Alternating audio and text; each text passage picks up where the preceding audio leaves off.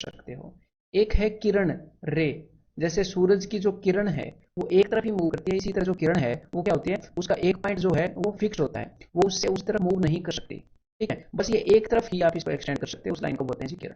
ठीक है, और जब आप किसी लाइन के बीच में से सेगमेंट निकाल लेते हो, सेगमेंट का क्या मतलब है, हिस्सा, यानी कि किसी रेखा में से खंड निकाल लेते हो, मान लो आपके पास ये लाइन आपने कैंची से यहाँ से काट दिया, यहाँ से काट दिया। ठीक है, तो आपके पास लाइन सेगमेंट आ गया ए बी, तो ये काट लिया आपने, अब ये आगे एक्सटेंड नहीं होगा। तो लाइन सेगमेंट की क्या प्रॉपर्टी है कि भाई इसके जो एंड पॉइंट है फिक्स्ड है, उसके बाद हम इसे बढ़ा नहीं सकते हैं। द नेक्स्ट ऐसी कोण, जब हम दो किरणों को मिला देते हैं, ऐसे दो किरणों का जो फिक्स पॉइंट है उसे मिला देते हैं, तो हमारे पास एक कोण बनता है, यानी कि दो रेज से एक एंगल बनता है। फिर एंगल के ऊपर क्वेश्चन उठेगा कि भाई ये एंगल कितनी तरह के होते हैं, तो देखो भाई, अगर एंगल 0 डिग्री से लेकर 90 डिग्री तक है, 0 से 90 के बीच में है, ठीक है, फ्रॉम 0 to 90 डिग्री, तो इसको बोलते हैं एक्यूट एंगल यानी कि न्यून कोण। जब इज इक्वल टू 90 डिग्री है तो उसे बोलते हैं राइट एंगल। जब ग्रेटर देन 90 है, जब 90 से बड़ा है लेकिन 180 तक है, 90 से 180 के बीच में, इनके बराबर नहीं, तो उसे बोलते हैं ऑब्ट्यूस एंगल यानी कि अधिक कोण। और जब एक्जैक्टली 180 के बराबर है तो उसे बोलते हैं स्ट्रेट एंगल यानी कि सरल या रिजु कोण।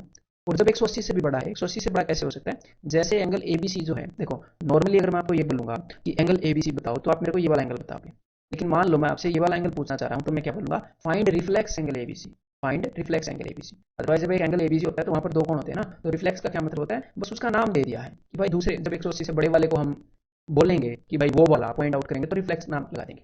द नेक्स्ट कंप्लीट एंगल, ठीक है, तो भाई 180 से बड़ा और 180 से लेकर 360 के बीच वाले को बोलते हैं रिफ्लेक्स एंगल। जब एंगल पूरा ही हो जाएगा ऐसे 360 का, यानी कि पूरा चक्कर हो जाएगा, तो उसे बोलते हैं पूर्ण कोण यानी कि कंप्लीट एंगल। देन नेक्स्ट हमारे पास कुछ इंपॉर्टेंट प्रॉपर्टीज आती हैं। देखिए भाई, कई तरह के एंगल आते हैं। सबसे पहले आते हैं कोरस्पॉन्डिंग एंगल, संगत कोण। ये कौन से एंगल होते हैं, ये वो एंगल हैं जो एक दूसरे की पोजीशन से कोरस्पॉन्ड करते हैं। जैसे ऊपर वाला एंगल है, ये जो है ये इस लाइन के ऊपर है और इस लाइन के इस साइड है। यहाँ पर ये जो दो लाइनें हैं, लाइन नंबर 1 और लाइन नंबर 2, ये दोनों पैरेलल हैं, ये होना जरूरी है, जो भी चीजें मैं आपको बताऊंगा उनके सच होने के लिए। तो जिस पोजीशन में एंगल नंबर 2 है, आपको फील भी हो रहा होगा, उसी पोजीशन में एंगल नंबर 6 है। तो यहाँ पर जो कोरस्पॉन्डिंग एंगल सब कौन कौन से हैं, देखो, एंगल 2 और एंगल 6 कोरस्पॉन्डिंग एंगल है, इसलिए ये इक्वल होंगे। एंगल वन के कोरस्पॉन्डिंग कौन सा है, angle 5, angle 1 is equal to angle 5 corresponding angle है। Angle 3 is equal to angle 7, दोनों कोरस्पॉन्डिंग एंगल है। And angle 4 is equal to angle 8, दोनों कोरस्पॉन्डिंग एंगल है ये वाले।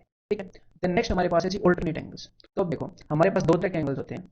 एक तो एक्सटीरियर एंगल यानी कि बाह्य कोण, एक इंटीरियर एंगल यानी कि अंतः कोण। तो जो बाहर है वो एक्सटीरियर है, जो अंदर है किस चीज के बाहर है, जो इन ब्लू लाइंस के अंदर है यहाँ पर है वो है इंटीरियर, जो इनके बाहर है वो है एक्सटीरियर। तो एक्सटीरियर एंगल कौन कौन से हो गए, पहला, दूसरा, सातवां, आठवां। ये देखो, ये बाहर है इन लाइनों से। ठीक है, और जो एंगल इनके अंदर है, जैसे तीसरा, चौथा, पांचवा, छठा, ठीक है, ये इंटीरियर एंगल है। अब जो ऑल्टरनेट एंगल होते हैं, ऑल्टरनेट एंगल का जो फॉर्मूला है वो क्या है कि भाई या तो ऑल्टरनेट एक्सटीरियर एंगल होने चाहिए। ऑल्टरनेट एक्सटीरियर एंगल एक प्रॉपर्टी फॉलो करते हैं। ऑल्टरनेट मतलब एक लाइन के इस साइड, एक लाइन के उस साइड। क्लियर है, तो देखो 8 एक्सटीरियर एंगल है और एक एक्सटीरियर एंगल है, एक लाइन के इस साइड है, एक लाइन के इस साइड है, तो angle 1 is equal to angle 8, angle 2 is equal to angle 7। ठीक है, इसी तरह जो इंटीरियर एंगल है, जो ऑल्टरनेट इंटीरियर एंगल है, जैसे कि जो अंदर वाले एंगल है, उनको देखो जरा कि ये है ना 3 4 5 6, तो एंगल 3 और एंगल 6 एक अंतर कोण, जो ऑल्टरनेट इंटीरियर, दोनों अंदर वाले दोनों alternate, angle 3 equal to angle 6, और इसी तरह एंगल 4 इक्वल टू एंगल 5। ठीक है, तो हमने ऑल्टरनेट एंगल कर लिए, इंटीरियर भी और एक्सटीरियर भी। इसी तरह ये जो अपने एंगल है भाई साहब, ये angle on the same side, देखो हमने इसके दोनों साइड वाले एंगल कर लिए, दोनों दूसरी दूसरी तरफ हो। अब हम कर रहे हैं कि दोनों सेम साइड हो, लेकिन angle on the same side हो, लेकिन दोनों एक्सटीरियर हो और दोनों इंटीरियर हो, तो प्रॉपर्टी फॉलो करते हैं क्या, जैसे अब पहले एक्सटीरियर वाले करते हैं या इंटीरियर वाले करते हैं, क्योंकि जनरली स्टूडेंट को इंटीरियर की आदत होती है। ये देखो 4 और 6 दोनों अंदर वाले एंगल हैं, इस लाइन के एक साइड हैं दोनों, तो भाई ये क्या होते हैं, ये होते हैं सप्लीमेंट्री, संपूरक। इन दोनों का सम 180 होता है, तो angle 4 plus angle 6 is equal to 180 degree. इसी तरह से एंगल 3 और angle 5 is equal to 180 degree. और अगर आप एक्सटीरियर एंगल की बात करो, तो एंगल 1 और एंगल 7 दोनों एक्सटीरियर भी हैं और एक साइड पर भी हैं, इनका सम 180 डिग्री। और एंगल 2 और एंगल 8 इन दोनों का सम 180 डिग्री। ठीक है मेरे भाई। देन नेक्स्ट भाई कुछ इंपॉर्टेंट एंगल प्रॉपर्टीज कि कॉम्प्लीमेंट्री एंगल्स क्या होते हैं। कॉम्प्लीमेंट्री एंगल होते हैं, हिंदी में पूरक कोण बोलते हैं, ऐसे एंगल जिनका सम 90 डिग्री हो। ठीक है, और सप्लीमेंट्री होते हैं संपूरक कोण, ऐसे एंगल जिनका सम 180 डिग्री हो। ठीक है, तो आप इसको कैसे याद रखोगे, देखो 90 छोटा है, 180 बड़ा, तो पूरक छोटा है, संपूरक बड़ा, ये जो वर्ड है संपूरक, हिंदी वाले ऐसे याद रखेंगे और इंग्लिश वाले ऐसे याद रखेंगे कि जो सी है वो पहले आता है अल्फाबेट्स में, एस बाद में आता है एबीसीडी के अंदर। देन नेक्स्ट हमारे पास है वर्टिकली ऑपोजिट एंगल। तो जब भी दो लाइनें एक दूसरे को काटती हैं, तो जो आमने सामने एंगल बनते हैं, जैसे ये वाला एंगल और ये वाला एंगल, ये दोनों बराबर होते हैं, शीर्षाभिमुख कोण होते हैं। और ये वाला एंगल और ये वाला एंगल, ये दोनों भी बराबर होते हैं। और angles on A same line, जब हमारे पास एक लाइन है, इसके ऊपर आप कितने भी एंगल बना लो ऐसे, इन सारे एंगल्स का सम कितना होगा, 180 डिग्री होगा इन चारों एंगल्स का सम। ठीक है, एंगल्स अराउंड ए पॉइंट, अगर हमारे पास एक पॉइंट है, इसके चारों तरफ कितने भी एंगल बना लो ये, ठीक है, इन सारे एंगल्स का सम कितना होगा, इन सारे एंगल्स का सम होगा जी 360, एंगल्स अराउंड ए पॉइंट का 360, एंगल्स ऑन ए लाइन का 180 डिग्री। और जब एक लाइन के ऊपर दो एंगल होते हैं ऐसे, एंगल 1 और एंगल 2, इनको हम बोलते हैं जी इंग्लिश के अंदर लीनियर पेयर।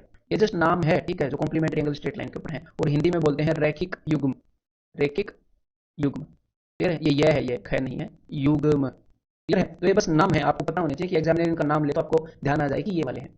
देन नेक्स्ट भाई इसके अंदर आ जाता है ट्रायंगल।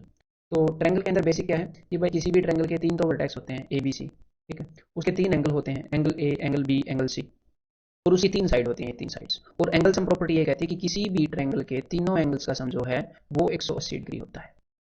और ये जो एक्सटीरियर एंगल वाला थ्योरम है ये कहता है कि किसी भी ट्रायंगल में अगर एक साइड एक्सटेंड करोगे तो ये वाला जो एंगल है, एंगल 1, ये एंगल 2 ऑपोजिट इंटीरियर एंगल्स के सम के बराबर होगा, यानी कि angle 1 is equal to angle 2 plus angle 3। Clear है, जो इसके साथ वाला एंगल है उसको छोड़कर बाकी दो के सम के बराबर होगा, हमने वहां पर डिराइव किया था।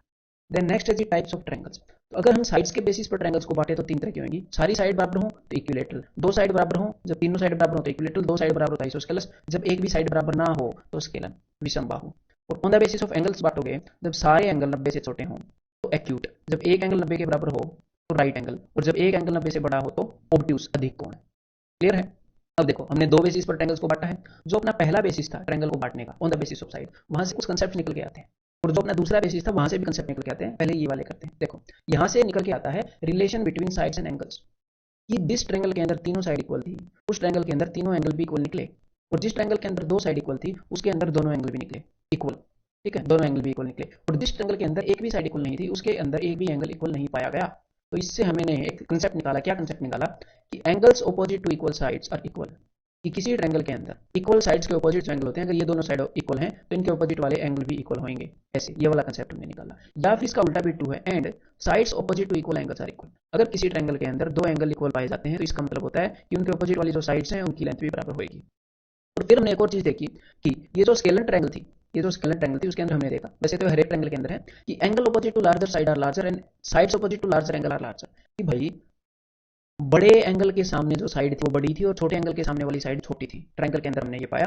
तो इसका मतलब ये जो साइड है और इसके सामने ये जो एंगल है इसके अंदर कोई रिलेशन है, और उस रिलेशन को हम बोलते हैं साइन रूल।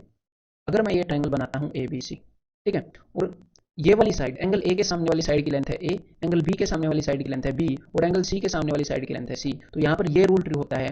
क्या रूल ट्रू होता है कि भाई कोई भी एंगल, जो एंगल है उसका साइन है, ट्रिग्नोमेट्री वाला साइन, साइन थीटा, ठीक है, और उसके सामने वाली साइड की जो लेंथ है ए बी सी जो भी हो, उन दोनों का जो रेशियो है, एक एंगल का साइन और उसके सामने वाली साइड की जो लेंथ है, इन दोनों का रेशियो बराबर है उसी ट्रायंगल के दूसरे एंगल का साइन और उसके सामने वाली साइड की लेंथ के।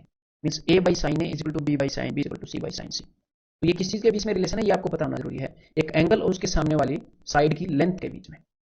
देन जो अपना दूसरा बेसिस था ट्रायंगल्स को डिवाइड करने का कि भाई कितने टाइप की होती हैं, वो था अपना ये वाला। तो इसके ऊपर भी कंसेप्ट निकल के आता है पाइथागोरस थ्योरम का।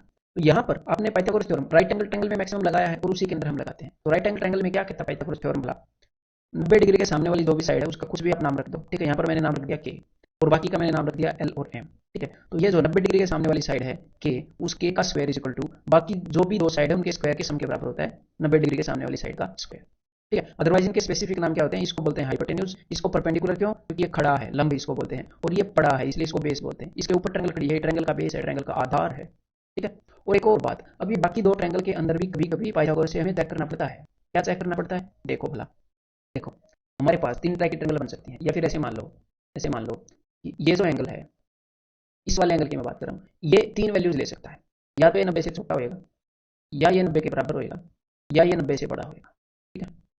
तो सिस्टम क्या है पाइथागोरस थ्योरम का, पाइथागोरस थ्योरम का ये सिस्टम है, देखिएगा जरा, अगर इस साइड की लेंथ ए है, इसकी बी है, इसकी सी है, सिमिलरली इसकी ए है, इसकी बी है, इसकी सी है, ए है, बी है, सी है, तो एक्यूट एंगल ट्रायंगल के अंदर देखो, मान लो ये जो सी है ना, ये जो सी है, ये तीनों ट्रायंगल्स के अंदर सबसे बड़े वाली साइड है, क्योंकि ये जो पाइथागोरस थ्योरम है, पाइथागोरस थ्योरम के अंदर 90 के सामने सबसे बड़ी वाली साइड है, उसी के ऊपर हमने पाइथागोरस थ्योरम लगाया, बाकी दो का सम किया, तो यहाँ पर ये जो सी है ये तीनों ट्रायंगल्स की सबसे बड़ी साइड है, तो यहाँ पर क्या है, सी का स्क्वायर, सबसे बड़ी वाली साइड का स्क्वायर अगर छोटा है बाकी के स्क्वायर के सम से, तो यानी कि वो ट्रायंगल एक्यूट है, न्यून कोण ट्रायंगल है। और अगर सी का स्क्वायर बाकी दो के स्क्वायर के बराबर है, यानी कि इसका ये जो एंगल है ये 90 के बराबर है, जब सी स्क्वायर इससे छोटा था इसका मतलब ये एंगल 90 से छोटा है, ठीक है, ये मैं बताना चाह रहा था आपको। और जब सी स्क्वायर बड़ा होएगा यानी कि सबसे बड़ी साइड का स्क्वायर बाकी दो साइड के स्क्वायर से बड़ा होएगा, बाकी दो साइड के स्क्वायर के सम से, तो इसका मतलब ये जो एंगल है 90 से बड़ा है, ठीक है। तो तीनों एंगल के ऊपर पाइथागोरस हम ऐसे देख सकते हैं। देन 99% तो पाइथागोरस राइट एंगल ट्रायंगल में ऐसे लगाएंगे। वो तो कभी कभी पूछ लेते हैं कि भाई ट्रायंगल ऑब्ट्यूज है, एक्यूट है, उसके अंदर हम उसको यूज करते हैं, तो हमें पाइथागोरियन ट्रिपलेट याद होनी चाहिए, ठीक है। और ये मैंने आपको बताया भी देखा कंसेप्ट लेक्चर के अंदर कि भाई कैसे बनते हैं, अभी नहीं बताऊंगा, फिर से देखो, बता दूंगा, मजाक कर रहा हूँ। देखो, जब भी ओड नंबर से स्टार्टिंग हो पाइथागोरियन ट्रिपलेट की, तो पहले वाले नंबर का स्क्वायर करो 3 का स्क्वायर, और 9 को ऐसे दो नंबर्स में बांट दो जिनके बीच में 1 का फर्क हो, तो आपको पाइथागोरियन ट्रिपलेट मिल जाएगा। जैसे अगर आपको निकालना है 11 का, कि भाई 11 के आगे ऐसे कौन से दो नंबर आए ताकि पाइथागोरियन ट्रिपलेट बने, तो 11 का स्क्वायर 121 है, 121 को दो ऐसे नंबर में तोड़ो जिनके बीच में डिफरेंस 1 है, तो ये पाइथागोरियन ट्रिपलेट हो गए। अब आप बोलोगे कि अच्छा ओड का तो बार बार बता दिया, इवन का नहीं बता, तो इवन का भी देख लो भाई है। जब भाई अपने इवन नाम से हम पढ़ रहे हैं तो इवन वाला भी देख लो। देखो, जो भी यहीं पर एक बार हम देख लेते हैं इवन वाले का होता क्या है ना, आप भी तो ऑब्जर्व करो। मैंने 8 का स्क्वायर किया 64, मैंने इन दोनों का सम किया तो क्या आया 32। हाँ, समझ गए, पकड़ के बात। जब इवन वाली बात हो, इवन से जब स्टार्ट हो, सबसे छोटी वाली साइड होनी चाहिए इवन, ये नहीं कि 12 को पकड़ के करने लो। सबसे छोटी साइड जब इवन हो तो उसका स्क्वायर करो, उसका हाफ कर दो, उसका हाफ हमने कर दिया 32, और उसको ऐसे दो हिस्सों में तोड़ दो जिनमें 2 का फर्क हो, जैसे 15 और 17, ठीक है। और आपको ये 4 पाइथागोरियन ट्रिपलेट याद होने चाहिए, और इनके मल्टीपल्स भी पाइथागोरस थ्योरम फॉलो करते हैं, ये भी आपको पता होना चाहिए, ठीक है। पाइथागोरियन ट्रिपलेट का क्या मतलब है कि ये किसी राइट एंगल ट्रायंगल की 3 साइड्स हैं, और सबसे बड़ी वाली साइड जो है वो 90 डिग्री के सामने है। तो इनके मल्टीपल चाहे आप इनके मल्टीपल्स बड़े ले लो, इंटू 2 कर लो, इंटू 3 कर लो, या फिर डिवाइडेड बाई 3 कर लो, डिवाइडेड बाई 2 कर लो, सारे पाइथागोरस थ्योरम को फॉलो करेंगे। यानी कि 3/3, 4/3 और 5/3, ये भी पाइथागोरस थ्योरम को फॉलो करते हैं। देन नेक्स्ट, जो राइट एंगल ट्रायंगल हैं उसके कुछ स्पेशल केसेस हमने किए थे, वो कहाँ पर काम आते हैं, जब सर्कल्स कॉर्नर में फंस जाते हैं, कोने में फंस जाते हैं, तब वो काम आते हैं, ठीक है। तो देखो जरा, तो स्पेशल जो ट्रायंगल थी वो ये थी 30, 60, 90। अगर किसी राइट एंगल ट्रायंगल के 3 एंगल्स 30 डिग्री, 60 डिग्री और 90 डिग्री है, तो सिंपल सी बात है, 30 डिग्री के सामने जो भी साइड है, अगर उसकी लेंथ मान लो a है, तो 60 डिग्री के सामने वाली साइड की लेंथ होगी √3 इंटू ए, और 90 डिग्री के सामने वाली साइड की लेंथ होगी 2a। जस्ट इनका रेशियो मैंने आपको बताया है, 1 √3 2। और अगर अपनी राइट एंगल ट्रायंगल है 45, 45 और 90, तो 45 के सामने वाली साइड का लेंथ अगर a है, तो दूसरी 45 के सामने भी a होएगा, क्योंकि sides opposite to equal angles are equal, और 90 के सामने वाली हो जाएगी √2a, ठीक है। बाकी ये मैं आपको आगे बताने वाला हूँ, ये जो यहाँ पर एक और डायग्राम है। देन एक और कंसेप्ट हमने किया था ट्रायंगल के अंदर कि भाई अगर हमें दो साइड की लेंथ दे रखी हो तो तीसरी साइड की लेंथ क्या हो सकती है, ये मैंने आपसे पूछा था। तो देखो, मान लो यहाँ पर ये जो दो साइड है इनकी लेंथ है 8 और 5 फॉर एग्जाम्पल, फिर आप अच्छे से समझोगे।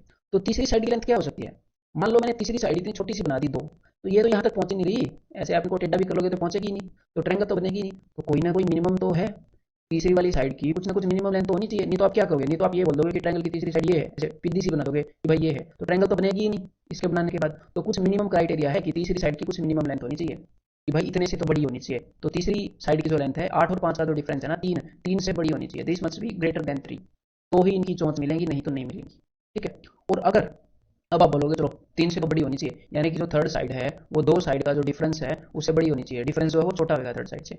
लेकिन अगर इस साइड को इतना लंबा कर दिया कि पहले जो साइड मौजूद थी ये वाली, ये पूरा जोर लगा के भी ये वहां तक नहीं पहुंच पा रही, तो इसका मतलब उसकी कोई मैक्सिमम लिमिट भी है, कितनी बढ़ सकती है। तो उसकी मैक्सिमम लिमिट पता है क्या है, कि this side must be less than 13, इन दोनों के सम से छोटी होनी चाहिए। So third side must be less than the sum of other two side, तो बाकी दो साइड के डिफरेंस से तो बड़ी होगी और उनके सम से छोटी होगी, यानी कि उनके डिफरेंस और सम के बीच में होगी। ये है अपना कंसेप्ट, ठीक है।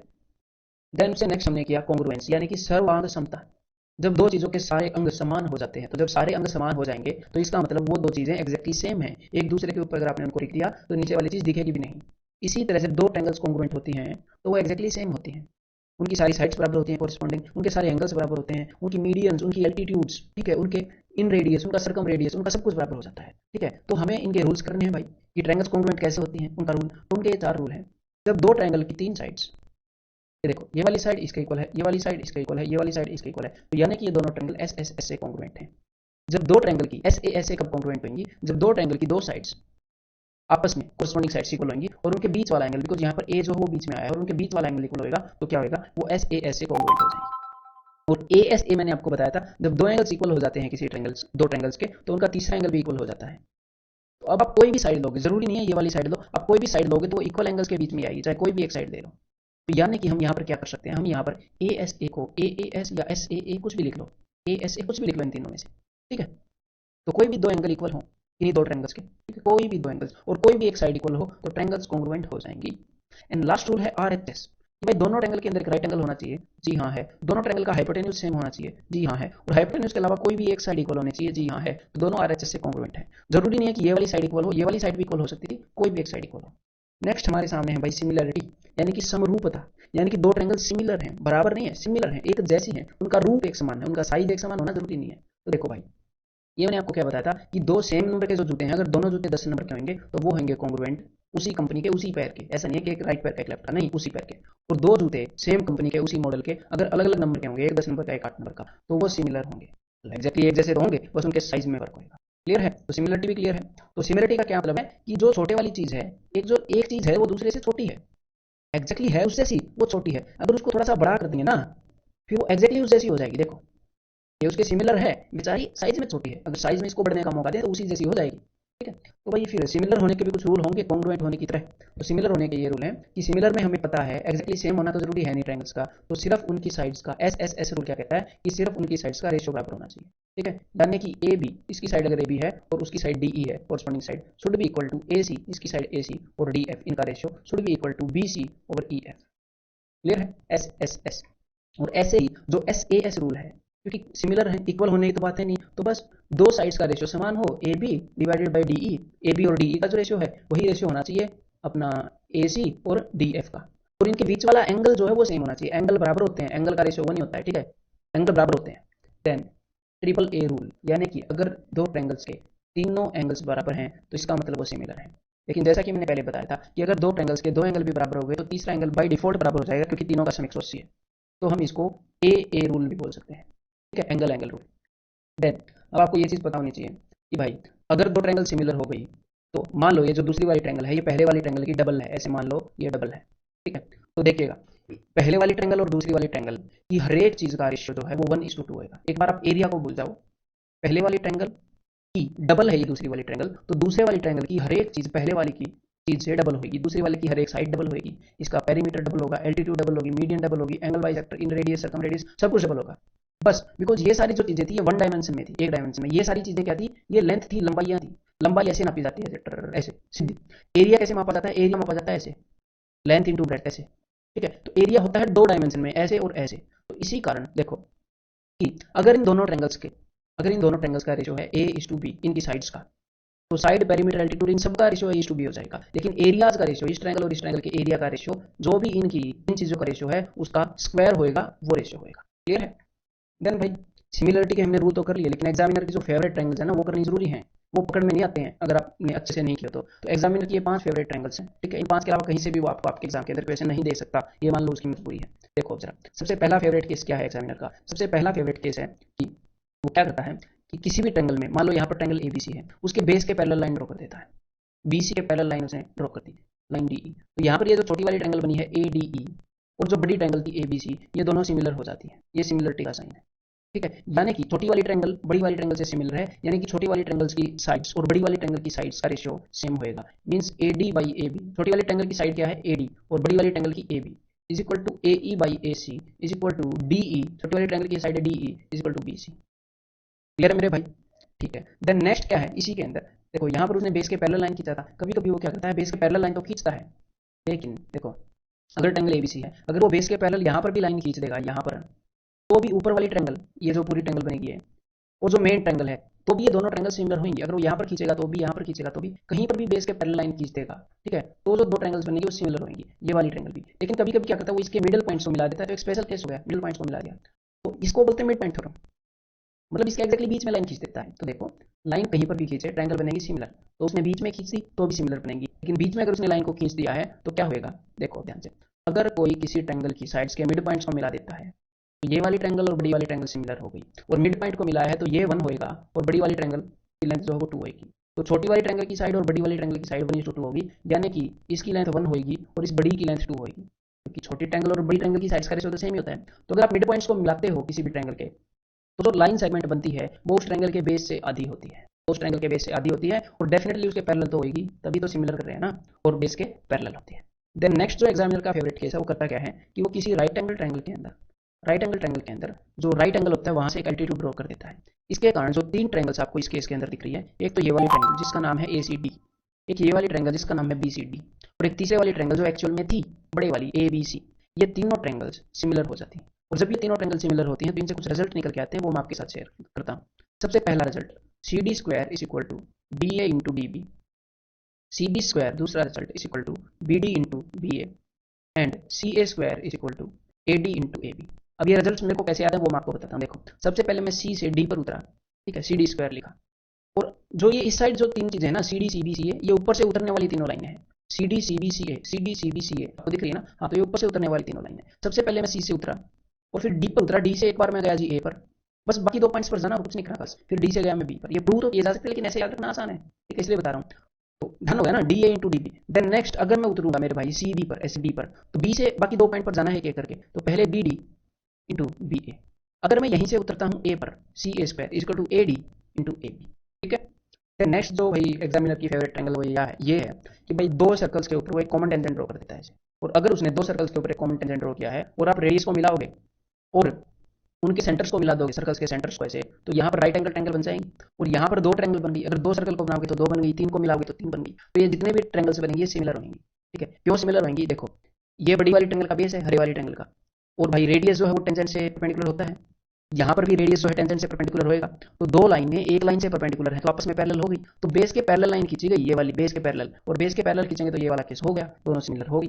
देन नेक्स्ट एग्जामिनर क्या करता है, दो पैरेलल लाइन है ना, उनके बीच में से कांटा मार देता है, उनके बीच में दो लाइंस को इंटरसेक्ट कर देता है। उसके कारण ऑल्टरनेट इंटीरियर एंगल ये और ये इक्वल हो जाते हैं, ये वाला और ये वाला इक्वल हो जाता है, और तीसरा एंगल भी इक्वल हो जाता है, वर्टिकली ऑपोजिट एंगल। और तीनों एंगल इक्वल होते हैं, दो ट्रायंगल्स क्या हो जाते हैं, सिमिलर हो जाते हैं, ठीक है। तो अब ये जो डमरू है, ये देखो यहाँ पर डमरू बन रहा है, इसके कई रूप आपको देखने को मिल सकते हैं। ऐसे डायरेक्टली डमरू नहीं मिलेगा, इस डमरू को क्रिएट करता है एग्जामिनर। कैसे क्रिएट करता है? मतलब कि अपने इक्वेशन में क्रिएट कर देता है इस शेप को, कैसे भी करके कर सकता है, ऐसे कर सकता है, देखो इस तरह की शेप के अंदर, ट्रेपेजियम के अंदर कर सकता है। तो ये जो दो ट्रायंगल्स हैं, ये दोनों ट्रायंगल्स सिमिलर होती हैं। ये आपको पकड़ में, इनके ऊपर सिमिलरिटी वाले सारे कंसेप्ट लागू होंगे। जैसे ये वाली दो ट्रायंगल्स, ये दोनों ट्रायंगल्स भी सिमिलर हैं, वही डमरू बना है। देखो ये वाला एंगल इसके इक्वल है, ये वाला इसके इक्वल है, और ये वाला इसके इक्वल है। तो ये अजीब अजीब तरह के डमरू बन सकते हैं, ये आपने पकड़ने, ये चुप जाती हैं बस ये ट्रायंगल्स स्टूडेंट्स हैं। देन एक और केस हमने सिमिलर ट्रायंगल्स का क्या था, देखो कितनी सीधी सादी सिमिलर ट्रायंगल का केस है। बिकॉज ये वाली जो लाइन है ये इसके पैरेलल है, ठीक है। तो ये वाला जो एंगल है ये इसके इक्वल है, और ये वाला जो एंगल है ये इसके इक्वल है। ये राइट एंगल होनी जरूरी नहीं है, बस समझाने के लिए राइट एंगल ले ली थी। ये राइट एंगल होनी जरूरी नहीं है इस केस में, ठीक है। ये मैं सोचता है राइट एंगल ट्रायंगल में ये केस होगा, और ये वाला एंगल कॉमन है। लेकिन एग्जामिनर क्या करता है, ये मैंने एक और दूसरी ट्रायंगल ली, मैं आपको दिखाना चाहता हूँ इसके साथ क्या करता है कि इस ट्रायंगल को पलट कर, इस ट्रायंगल को थोड़ा सा घुमाकर फिर उस ट्रायंगल में फिट कर देता है। क्योंकि ये ऊपर वाला एंगल जो है ये तो सेम है ही, तो इस ट्रायंगल को अगर घुमा भी देगा तो वहां पर फिट तो हो ही जाएगी। तो अब ये केस होगा ट्विस्टेड ट्रायंगल का। जनरली आप क्या करते हो, जनरली आप ये करते हो सिमिलर ट्रायंगल में कि ए बी, मान लो कि A B C D E, generally आप करते हो ए ई बाई ए सी, जब ट्रायंगल सिमिलर हो, A D by A B, ठीक है, is equal to D E by B C. लेकिन यहाँ पर जब उसने ट्रायंगल्स को ट्विस्ट कर दिया है तो क्या हो गया, तो भाई वो सेम कोरस्पॉन्डिंग साइड्स नहीं रही। अब की बार ये वाला जो एंगल है ये इसका इक्वल है, ये वाला जो एंगल है ये इसका इक्वल है, और ऊपर वाला चलो सेम है ही। तो इस केस में आप क्या करते हो, इस केस में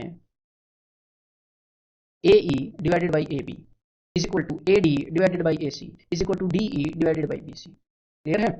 देन नेक्स्ट है भाई ट्रायंगल्स के अंदर इंपॉर्टेंट लाइंस, तो ये हम करते हैं एक बार। तो सबसे पहली इंपॉर्टेंट लाइन है मीडियन, माध्यिका। तो इसकी सारी प्रॉपर्टीज यहाँ पर लिखी है कि भाई ये ऑपोजिट साइड को दो बराबर हिस्सों में बांटती है, जी हाँ। और जहां पर भी मीडियंस एक दूसरे से इंटरसेक्ट करती हैं, तीनों मीडियंस, उसको हम सेंट्रोइड बोलते हैं, हिंदी में केंद्रक बोलते हैं। और ये जो केंद्रक है ये इस मीडियन को 2:1 रेशो में बांटता है, इस चोंच के पास वाला हिस्सा बड़ा होता है। क्लियर है? और जो मीडियन है वो डिवाइड करती है ट्रायंगल को इक्वल एरिया के पोर्शंस में, ठीक है। अगर एक ट्रायंगल के अंदर आप एक मीडियन ड्रॉ करते हो तो ये जो दो हिस्से हो गए, इन दोनों का एरिया इक्वल होता है, और इस मीडियन को लेकर एरिया के कई इक्वेशंस बनते हैं, वो सारे आपके सामने मैंने रख दिए हैं।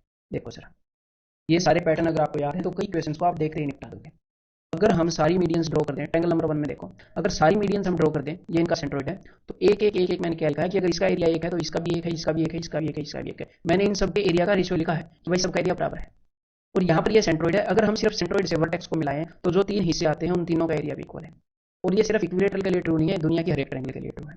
अगर हम किसी ट्रायंगल के तीनों मिड पॉइंट्स को मिलाते हैं, मीडियन की बात होती है ना, मिड पॉइंट्स को मिलाते हैं ऐसे और ट्रायंगल बनाते हैं, तो जो चार ट्रायंगल्स बनती हैं उन चारों का एरिया जो है वो सेम होता है। क्लियर है? और अगर ये जो बीच वाली ट्रायंगल है, ये जो बीच वाली, इस बीच वाली ट्रायंगल का जो सेंट्रोइड है, बड़ी वाली ट्रायंगल और बीच वाली ट्रायंगल का सेंट्रोइड सेम होगा, अगर उससे मैं इनको मिलाता हूँ तो एक चीज तो मैंने आपको बताई, ये वाला पॉइंट, ये पॉइंट इस छोटी ट्रायंगल के अंदर मैंने लगा दिया कि भाई तीनों का एरिया का रेशियो एक एक एक होगा। लेकिन फिर ये पॉइंट पे मुझे याद आया कि भाई बीच वाले का जो भी एरिया है वही इसका एरिया होता है, तो इस बीच वाले का एरिया तो 3 हो गया, एक एक एक, तो इसका भी एरिया 3, इसका भी 3, इसका भी 3। ठीक है। तो ये आप कैसे लगा सकते हो, मान लो एग्जामिनर ने आपको ये फिगर दे दी और बोला इसका एरिया बताओ, अगर इस ट्रायंगल की साइड, ये इक्विलेटरल ट्रायंगल है, इसकी साइड इतनी है, या फिर वो क्या करता है आपसे पूछ लेता है कि भाई इस एरिया का और इस एरिया का रेशियो, वो तो आप सीधा बता दोगे 1:3। या फिर किसी ने अगर वो सिर्फ इसका एरिया पूछेगा तो आपको पता है कि टोटल ट्रायंगल का एरिया अगर 3 3 6 3 9 3 12, अगर 12 है तो इसका एरिया सिर्फ 1 है, तो पूरी ट्रायंगल का एरिया बताने का कोई तरीका जरूर आपको बताएगा, उसका 1/12 कर दोगे। ठीक है, ऐसे इनको यूज करना है। तो भाई नेक्स्ट इंपॉर्टेंट लाइन है एल्टीट्यूड। एल्टीट्यूड की क्या प्रॉपर्टी है, हिंदी में लंब कहते हैं, it is perpendicular to opposite side, opposite side के परपेंडिकुलर है।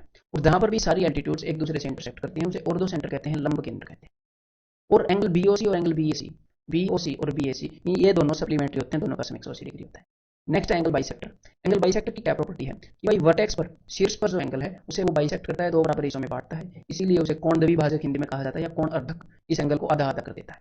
और जहां पर भी सारे एंगल बाइसेक्टर मिलते हैं उस पॉइंट को इन सेंटर या अंतः केंद्र कहते हैं। क्यों कहते हैं, क्योंकि अगर ट्रायंगल के अंदर एक सर्कल बनाया जाए तो उस सर्कल का सेंटर यही आएगा, यानी कि इसका जो अंतःवृत्त है, जो इसका इनर सर्कल है, इस सर्कल को इन सर्कल बोलेंगे इंग्लिश में, हिंदी में अंतःवृत्त, उसका जो सेंटर है उसे हम इन सेंटर बोलेंगे। क्लियर है। और इस सर्कल का जो रेडियस होएगा उसे हम इन रेडियस बोलेंगे, हिंदी में क्या बोलेंगे, हिंदी में अंतः त्रिज्या बोलेंगे। एक और चीज, angle BOC plus angle BSc, ये तो हमने गलत कर दिया, पिछले वाले पॉइंट से आ गया, तो पॉइंट नंबर 3 को काट देना जरा, अगर आपने ये लिख लिया तो। क्लियर है। इसके अंदर एंगल्स के अलग अलग पॉइंट हैं, ये तो अपने एटीट्यूड वाला गलती से कॉपी पेस्ट हो गया। इसके अंदर 3 पॉइंट हैं, वो आपने ध्यान रखना, ये वाले देखो 3 केस हैं। ये जो पहले वाला केस है, ये जो बी आई और आई सी, हर एक केस में ये एंगल बाइसेक्टर से, ध्यान रखना। ये जो ब्लू वाली लाइनें हैं ये एंगल बाइसेक्टर हैं, इस वाले एंगल का है। देखो, जब दोनों एंगल बाइसेक्टर अंदर वाले एंगल के हों तो ये जो एंगल बी आई सी होएगा, ये होएगा 90 plus half of angle A, ये एंगल ए है। जब दोनों एंगल बाइसेक्टर बाहर वाले एंगल्स के होंगे तो एंगल बी आई सी होएगा 90 minus half of angle A. जब एक एंगल बाइसेक्टर अंदर वाले एंगल का होएगा, एक बाहर वाले एंगल का होएगा, तो उस केस में एंगल बी आई सी होएगा सिर्फ हाफ ऑफ एंगल ए। ठीक है, तो लिख लो ये सारे कंसेप्ट एक जगह पर, अभी तक नहीं लिखे हैं तो। देन नेक्स्ट हमारे पास है भाई परपेंडिकुलर बाइसेक्टर। परपेंडिकुलर बाइसेक्टर की क्या प्रॉपर्टी है, bisects the opposite side at right angle. ये जो अपनी साइड है, वैसे ऑपोजिट लिखना यहाँ पर ठीक नहीं है, किस चीज के ऑपोजिट, किसी के भी ऑपोजिट नहीं, वर्टेक्स के ऑपोजिट थोड़ी कंसीडर कर रहे हैं। Bisects the side at right angle, ये एक्चुअल में इसका होगा। तो ये जो साइड है इसको 90 डिग्री के एंगल पर काट रहा है और दो बराबर हिस्सों में काट रहा है, और इसीलिए इसका सामने वाले वर्टेक्स पर जाना जरूरी नहीं है। अगर सामने वर्टेक्स दिखा तो उसके अंदर से निकल जाएगा, नहीं तो नहीं निकलेगा, इसका खुद का रास्ता है। और जहां पर भी सारे परपेंडिकुलर बाइसेक्टर्स मिलते हैं उसे हम बोलते हैं सर्कमसेंटर, यानी कि प्री केंद्र। प्री केंद्र क्यों बोलते हैं, कि जहां पर भी सारे परपेंडिकुलर बाइसेक्टर्स मिलते हैं वो सेंटर होता है कौन से सर्कल का, ये क्यों होता है ये मैंने आपको बताया कंसेप्ट एक्शन में। वो सेंटर होता है ऐसे सर्कल का जिसने इस ट्रायंगल को सर्कमस्क्राइब कर रखा है, ठीक है, जिसने इसको घेर रखा है, तो इसीलिए उसे सर्कम सेंटर कहते हैं। उसके रेडियस को सर्कम रेडियस कहते हैं, और इस सर्कल को सर्कम सर्कल कहते हैं।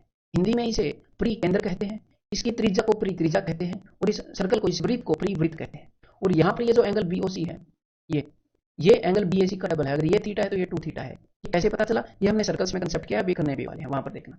देन अब ये जो सारी लाइनें हैं, देखो हमारे पास दो ट्रायंगल्स हैं जो कि सिमेट्रिक है। एक तो आइसोस्केलेस ट्रायंगल है जो कि सिर्फ ऐसे, जो दो साइडें इक्वल हैं सिर्फ उनके बीच में से सिमेट्रिक है, और एक जो इक्विलेटरल ट्रायंगल है जिसकी तीनों साइड इक्वल हैं, वो तीनों तरफ से, चारों तरफ से सिमेट्रिकल है।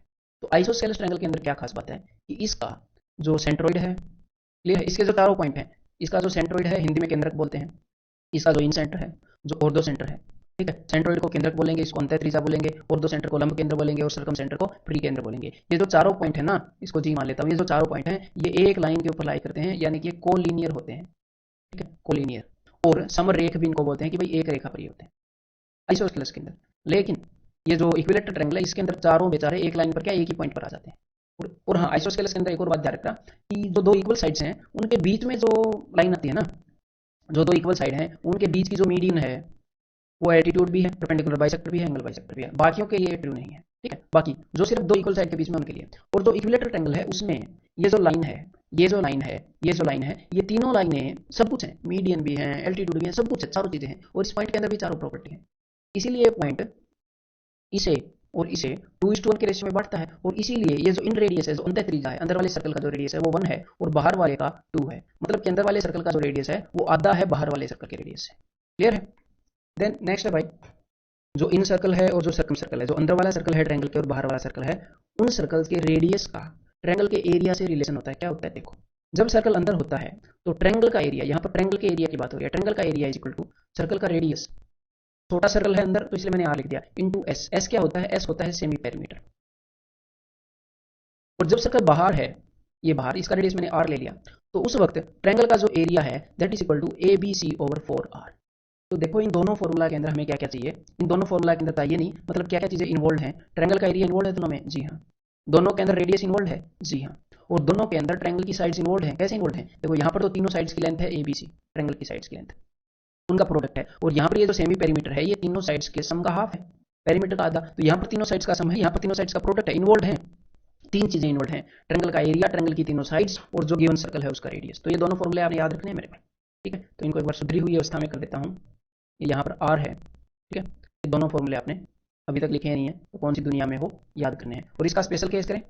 अब देखो राइट एंगल ट्रायंगल के अंदर मैंने आपको क्या बताया था, वहां पर प्रूव किया था कि मान लो भाई ये बेस है, ये परपेंडिकुलर है, ये हाइपोटेन्यूज है, कि अगर राइट एंगल ट्रायंगल के अंदर ये जो सर्कल है इसका जो रेडियस है R that is equal to perpendicular plus base minus hypotenuse by 2। Prove किया था मैंने, अब आप खुद करोगे, ठीक है। इतने इंटेलिजेंट बनो, इतने मेहनती बनो, ठीक है। कंसेप्ट लेक्चर में कवर रखिए। और जब राइट एंगल ट्रायंगल के बाहर सर्कल हुए तो इसका मतलब क्या होता है, देखो हमेशा सेमी सर्कल के अंदर राइट एंगल ट्रायंगल बनती है, यानी कि जो सबसे बड़ी साइड है ना राइट एंगल ट्रायंगल की, परपेंडिकुलर बेस और हाइपोटेन्यूज, जो हाइपोटेन्यूज है, हाइपोटेन्यूज का आधा उसका रेडियस होगा, ठीक। बिकॉज बड़ी साइड जो है वो डायमीटर होगी तो उसका आधा उसका रेडियस होगा। और अगर यही मामला राइट एंगल ट्रायंगल के बजाय इक्विलेटरल ट्रायंगल में हुए तो देखो जो इक्विलेटरल ट्रायंगल की ये जो अपनी हाइट है, ये हाइट है ना इक्विलेटरल ट्रायंगल की, जो मैंने अभी लाल की है, यहाँ से लेकर यहाँ से लेकर यहाँ तक, यहाँ से लेकर यहाँ तक। तो देखो उस हाइट को, ये जो पॉइंट है अपना, ये जो सेंटर है दोनों सर्कल्स का, बिकॉज सारे पॉइंट्स इसमें मर्ज हो गए हैं, वो 2:1 रेशियो में बांटता है। तो जो भी इक्विलेटरल ट्रायंगल की हाइट है, हाइट क्या होती है इक्विलेटरल ट्रायंगल की, √3/2 इंटू साइड, ठीक है। तो अगर आपको साइड पता है तो हाइट पता लग जाएगी।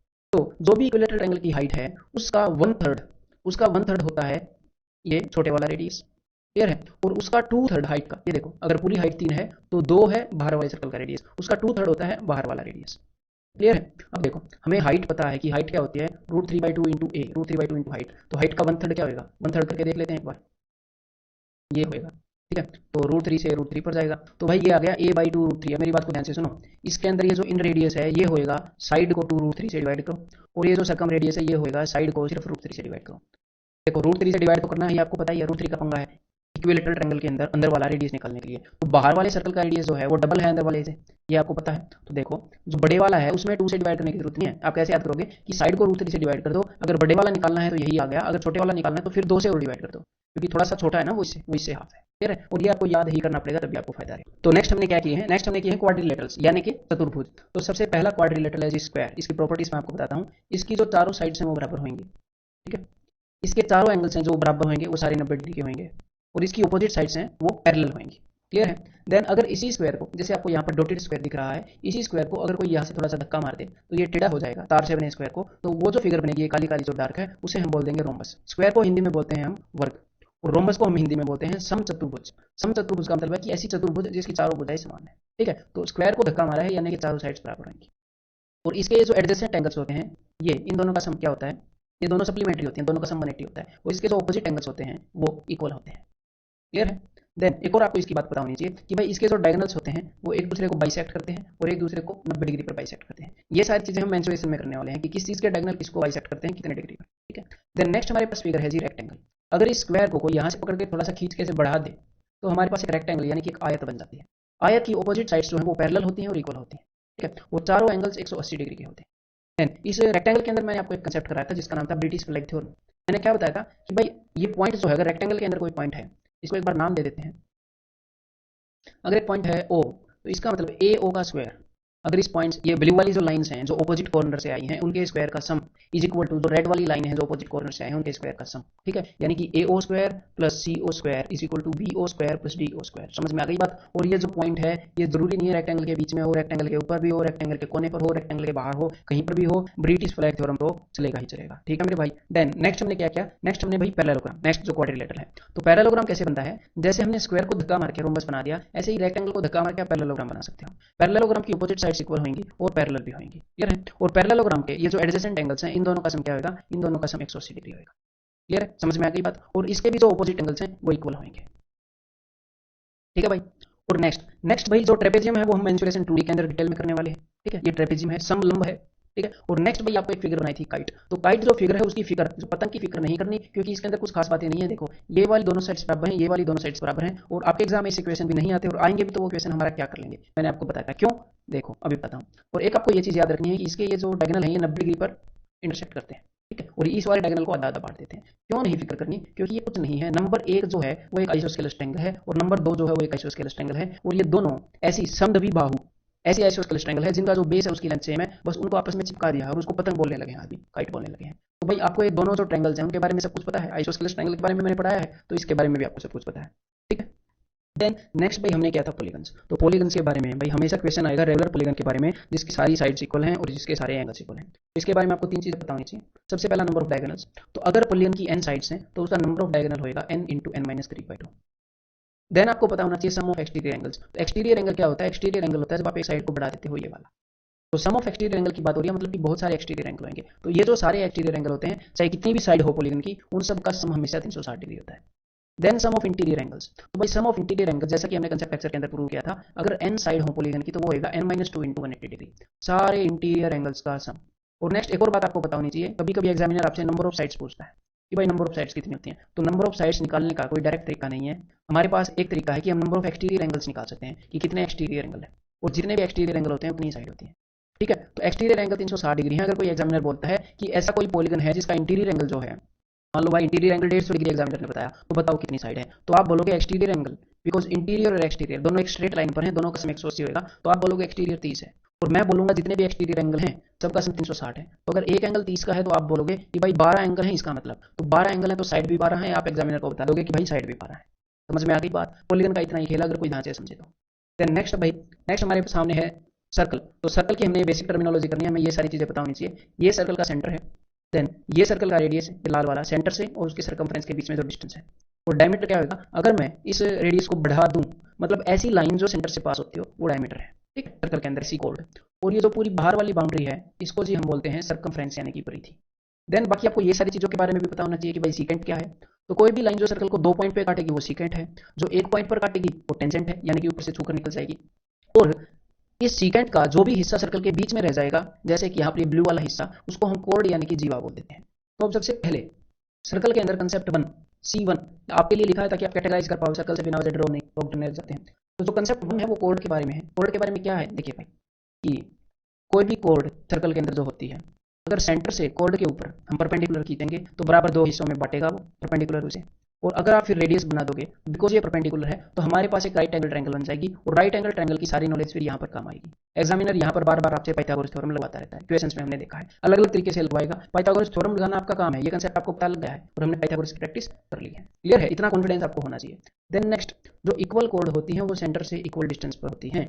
अगर ये कोड 8 सेंटीमीटर की है और एक और कोड 8 सेंटीमीटर की है, तो दोनों का डिस्टेंस बराबर होएगा सेंटर से। या फिर इसका उल्टा भी बोल सकते हैं, अगर दो कोड्स का डिस्टेंस बराबर हो सेंटर से, मान लो 3 सेंटीमीटर 3 सेंटीमीटर, तो दोनों कोड की लेंथ भी बराबर होगी। ठीक है भाई। देन जो कंसेप्ट 2 है सर्कल के अंदर, देखो हमने कोड की लेंथ कर ली, कोड की लेंथ। अब हम करते हैं कोड के द्वारा बनाए गए एंगल्स, वो सारे करते हैं। तो देखो भाई, कोई भी कोड सर्कमफ्रेंस पर जो एंगल बनाती है, इस कोड ने सर्कमफ्रेंस पर जो एंगल बनाया, इसके अलावा अब ये सर्कमफ्रेंस पर जो भी एंगल बनाएगी वो सारे बराबर होंगे, यानी कि ये सारे एंगल्स थीटा डिग्री के होंगे। ये पहला कंसेप्ट कोड का। देन नेक्स्ट इसका कंसेप्ट है कि कोई भी कोड सर्कमफ्रेंस पर जो एंगल बनाती है उसका डबल एंगल वो बनाएगी सेंटर पर। क्लियर है। और इसी का एक स्पेशल केस है, जब ये डायमीटर जो यहाँ पर सेंटर पर 180 डिग्री का एंगल बनाता है, इसीलिए डायमीटर जो है 90 डिग्री का एंगल बनाता है। सेमी सर्कल के अंदर 90 डिग्री का एंगल बनता है, राइट एंगल ट्रायंगल बनती है। इसको भी बहुत बार यूज करता है एग्जामिनर। देन अपना कंसेप्ट 2, ठीक है, कंसेप्ट 2 जो है वो कोड के एंगल्स का ही, अभी तक हम कंसेप्ट 2 पर ही चल रहे हैं, वो है साइक्लिक क्वाड्रिलेटरल। ठीक है, तो कोई भी क्वाड्रिलेटरल जिसके चारों कोने सर्कल के ऊपर ऐसे लेटते हों, चारों कोने ये वाले, ठीक है, तो उसको साइक्लिक क्वाड्रिलेटरल बोलते हैं, त्रिज्यीय चतुर्भुज बोलते हैं। और इसी प्रॉपर्टी है कि इसके अपोजिट एंगल्स का सम, यानी कि a plus B is equal to 180 होता है, यानी कि c plus D is equal to 180। ठीक है, और इसी बात के कारण हम अपने कोड के जो एंगल्स का कंसेप्ट है उसे थोड़ा सा बढ़ा सकते हैं। ये जो कोड है, अगर ये यहाँ पर थीटा एंगल बनाएगी, तो यहाँ पर दूसरी तरफ, क्योंकि ये जो ब्लू वाली फिगर है ये साइक्लिक क्वाड्रिलेटरल होगी, तो यहाँ पर ये 180 माइनस थीटा एंगल बनाएगी। क्लियर है। एक और बात, अगर आप एक साइक्लिक क्वाड्रिलेटरल की एक साइड को बढ़ा दोगे और यहाँ पर एंगल थीटा बन रहा है, तो ये देखो यहाँ पर एंगल क्या बनेगा, 180 माइनस थीटा। और इसके सामने वाला एंगल क्या होगा, बिकॉज ये साइक्लिक क्वाड्रिलेटरल है, दोनों का सम 180 होता है, तो ये हो जाएगा थीटा। यानी कि अगर किसी कोड की साइड को बढ़ा दें, यहाँ पर जो एंगल बनेगा थीटा, उसके पास वाले एंगल के अपोजिट भी थीटा ही बनेगा। बेसिक सी बात है ना। देन नेक्स्ट हमारे पास है angle between tangent and code. ये हमारे पास एक कोड है, ये हमारे पास एक टेंजेंट है। टेंजेंट और कोड के बीच में जो भी एंगल बनेगा, अगर इस तरफ कोड ने एंगल बनाया तो इसके दूसरी तरफ सर्कल के अंदर ये एक्जैक्टली वही एंगल बना देगी। क्लियर है। एंगल इस तरफ बनाया है तो सर्कल की दूसरी तरफ वही एंगल बना देगी। अगर आप ये करते हैं कि भाई इस तरफ थीटा बनाया है तो एंगल इस तरफ बनाया है कोड ने, तो सर्कल में इस तरफ थीटा बना देगी। क्लियर है, ये सिंपल सा कंसेप्ट है, ये कई बार दिखता नहीं है। देन हमने अब तक कंसेप्ट 2 कर लिया सर्कल का। पहला कंसेप्ट था कोड की लेंथ, दूसरा था कोड के एंगल्स, जिन तीसरा कंसेप्ट है टेंजेंट्स। तो टेंजेंट क्या होता है? कोई भी लाइन जो सर्कल को एक पॉइंट पर टच करके जाती हो। टेंजेंट के दो कंसेप्ट हैं, सिंपल सी है, मतलब कि लेंथ वाले क्या कंसेप्ट है कि भाई ये जो टेंजेंट है, ये अगर रेडियस आप ड्रॉ करते हो जहाँ पर टेंजेंट हमने बनाया है वो 90 डिग्री होता है, रेडियस उसके परपेंडिकुलर होता है। और जैसे ही परपेंडिकुलर हुआ यहाँ पर राइट एंगल ट्रायंगल बन गई, और जैसे ही राइट एंगल ट्रायंगल बनती है एग्जामिनर खुश हो जाता है, राइट एंगल ट्रायंगल के क्वेश्चंस वो वहाँ पर देने लग जाता है आपको। ये सिंपल सी बात है, क्लियर है। और एक और बात मैं इसके रिगार्डिंग आपको बताऊंगा। देखो, किसी भी पॉइंट से जब आप दो टेंजेंट ड्रॉ करते हो, जैसे यहाँ पर ब्लू वाले टेंजेंट आपने ड्रॉ किए हैं एक पॉइंट से सर्कल को, वो दोनों लेंथ में इक्वल होते हैं। जैसे रेड वाले टेंजेंट दोनों आपस में इक्वल होंगे, क्लियर है। और इसके रिगार्डिंग जो मैं बात बताने वाला था वो ये है कि भाई ये 90 डिग्री होगा, ये 90 डिग्री होगा। ये जो दोनों ट्रायंगल्स है ना, ट्रायंगल नंबर एक और ट्रायंगल नंबर दो, ये दोनों कॉन्ग्रुएंट हैं आपस में, ठीक है मेरे भाई, ये दोनों कॉन्ग्रुएंट है। ये वाला एंगल इसके इक्वल है, ये वाला एंगल इसके इक्वल है। तो ये चीज आपको डायरेक्ट दिख जानी चाहिए। फिर नेक्स्ट हमारे पास है जी कंसेप्ट नंबर 4। उसके अंदर क्या है, हम टेंजेंट्स पढ़ रहे हैं ना, तो कंसेप्ट नंबर 4 के अंदर टाइप्स ऑफ टेंजेंट, ठीक है। कंसेप्ट नंबर 3 टेंजेंट्स के दो कंसेप्ट, टाइप्स ऑफ टेंजेंट। तो भाई दो तरह के टेंजेंट होते हैं। ये जो ब्लू वाले टेंजेंट हैं इनको हम बोलते हैं डायरेक्ट टेंजेंट, या फिर उभयनिष्ठ अनुस्पर्श रेखा, डायरेक्ट कॉमन टेंजेंट, ठीक है। और ये वाले जो टेंजेंट है इनको हम बोलते हैं जी ट्रांसवर्स टेंजेंट, यानी कि अनुप्रस्थ अनुस्पर्श रेखा हिंदी में। अब हमें पता होना चाहिए कि भाई दो सर्कल्स के बीच में कितने टेंजेंट बन सकते हैं। तो मैं आपको यहाँ पर सारे केसेस डिस्प्ले कर देता हूँ। देखो, जब दो सर्कल्स एक दूसरे से दूर दूर होंगे तो चार टेंजेंट बन जाते हैं, दो डायरेक्ट दो ट्रांसवर्स। जब वो दोनों एक दूसरे को टच करते हैं तो तीन टेंजेंट। जब एक सर्कल दूसरे में घुस जाता है तो दो टेंजेंट। जब वो इस तरह से घुस जाता है कि इंटरनली टच करते हैं तो एक टेंजेंट। जब बिल्कुल ही दूसरे सर्कल के अंदर हो जाता है तो जीरो टेंजेंट, ठीक है भाई। देन जो हमने डायरेक्ट टेंजेंट और ट्रांसवर्सल टेंजेंट किए हैं उन दोनों का डिफरेंस, और ये भय क्रिएट होना चाहिए, लोगों में भय क्रिएट होता है। दोनों रेडी टेंजेंट्स की बात आए तो हमेशा राइट एंगल ट्रायंगल बनेगी, और हाइपोटेन्यूज हमेशा होएगा difference between centres, distance between centres. और अगर ट्रांसवर्स टेंजेंट है तो एक साइड होगी ट्रांसवर्स टेंजेंट, दूसरी साइड होगी सम ऑफ रेडियस। डायरेक्ट टेंजेंट है तो एक साइड होगी डायरेक्ट टेंजेंट, दूसरी साइड होगी डिफरेंस ऑफ रेडियस, ठीक है। इसको बड़े से हम कर चुके हैं। देन नेक्स्ट है भाई concept number 5 tangent secant theorem. तो बिल्कुल सिंपल सा है। अगर दो सीकेंट्स कहीं बाहर पी पर इंटरसेक्ट कर रही है, यहाँ पर मैंने क्या बताया था कि भाई P A into P B, पहले पी से ए पर गए फिर पी बी पर गए, is equal to P C into P D, पहले पी से सी पर गए फिर पी से डी पर गए। जहां जहां पर भी ये सर्कल को इंटरसेक्ट करिए लाइन वहां पर जा रहे हैं, फिर पी इंटू टी और फिर पी इंटू टी, दो बार जाना होता है ना, तो हम वहीं पर चलेंगे पी टी स्क्वायर। और इसी तरह से अगर ये दोनों सीकेंड्स सर्कल के अंदर ही इंटरसेक्ट कर जाएं तो देखो पी पर इंटरसेक्ट कर गई, यहाँ पर भी पी पर इंटरसेक्ट कर रही थी, तो P A into P B is equal to P सी।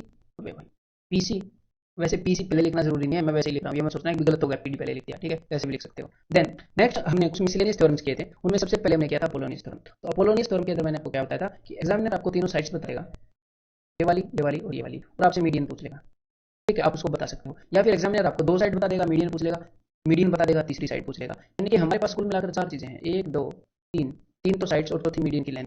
इन चारों में से तीन बता के चौथी पूछने वाला है हमेशा आपसे। तो अब ये लगता कैसे है वो मेरे को बताना पड़ेगा। तो देखो, मान लो मीडियन की लेंथ m है, ठीक है, तो देखो, और इस साइड तो A B square plus A C square is equal to twice of, तो मीडियन की लेंथ है, मीडियन को एडी ही मान लेते हैं, एडी स्क्वायर प्लस या तो बीडी ले लो या डीसी ले लो, बात एक ही है क्योंकि दोनों बराबर हैं, प्लस बीडी स्क्वायर। तो ये कंसेप्ट अपोलोनियस थ्योरम का। तो जहां पर भी मीडियन की लेंथ का खेल आए और ट्रायंगल की बाकी साइड्स दे रखे हो तो आपको स्ट्राइक कर जाना चाहिए कि ये वाला मामला हो सकता है अपोलोनियस का। देन नेक्स्ट है भाई मिसलेनियस के अंदर जो हमने किया था that is angle bisector theorem.